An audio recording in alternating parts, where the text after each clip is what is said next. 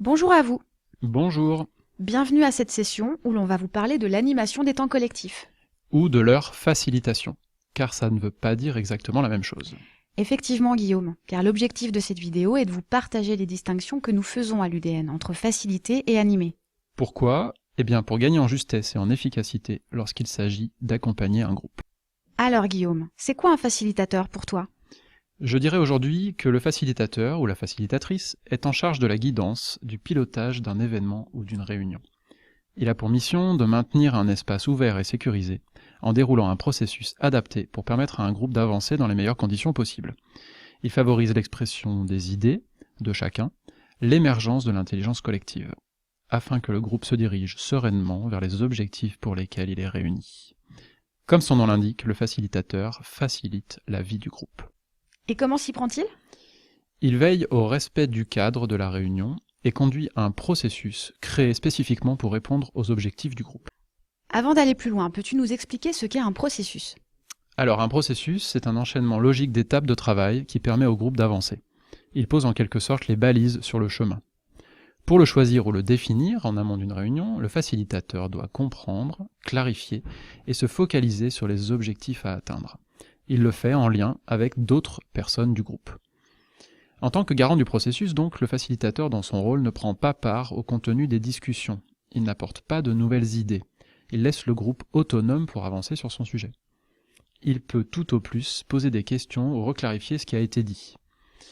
Donc, repère, rôle facilitateur, garant du cadre et du processus, en d'autres termes du chemin. Et autres membres du groupe, garant du contenu, en d'autres termes du résultat. Reste à voir en quoi cela est différent de l'animation. Pour comprendre, revenons à la source des mots. Faciliter, c'est rendre facile. Faciliter une décision, faciliter une relation. Animer, c'est mettre de la vie, mettre de l'âme à la réunion. Ainsi donc, la posture d'animateur est plutôt de stimuler, tonifier le groupe, en veillant constamment à ce que ça avance. Il injecte de l'énergie dans le système, il ouvre les esprits, il recherche l'efficacité. Attends Marion, ça serait pas le cas avec un facilitateur? Pas tout à fait, Guillaume, puisqu'il n'a pas les mêmes intentions. Le fait que l'animateur injecte son énergie peut permettre à un groupe qui tourne en rond de déboîter, c'est-à-dire de sortir de sa façon de penser habituelle. Cela peut être très utile dans des séances de créativité, par exemple. Parfois, la seule facilitation par la conversation, le dialogue, l'écoute et l'inclusion ne suffira pas.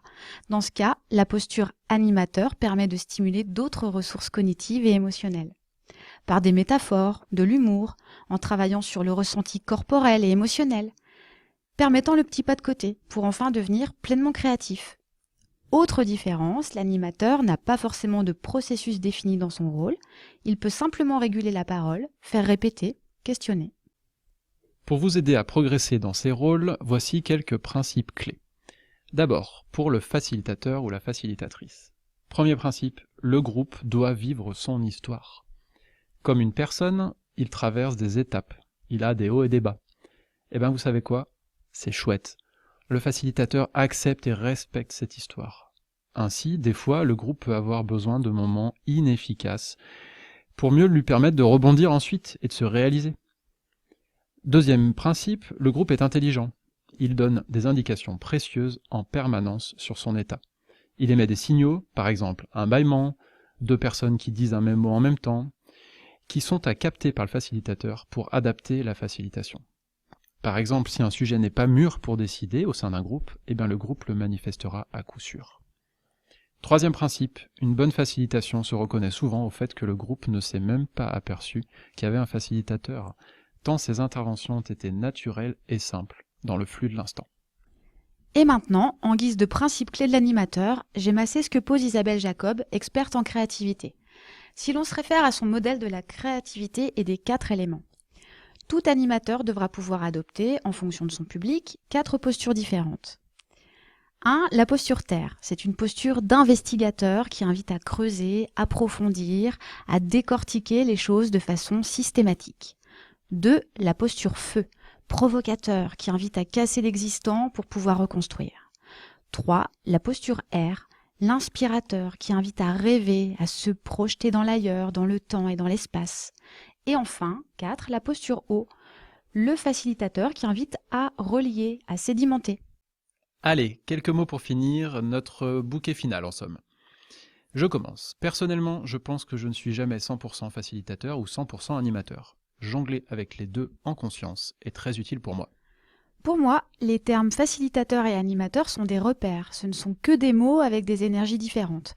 Quel que soit son rôle, chacun a son style, qui peut aller du pur facilitateur complètement neutre, respectant un processus à la virgule près, à l'animateur très engagé dans ses interventions. Enfin, un groupe efficace s'appuie sur un triangle d'or. Un bon facilitateur ou animateur, Un processus adapté et des jeux en posture de coopération.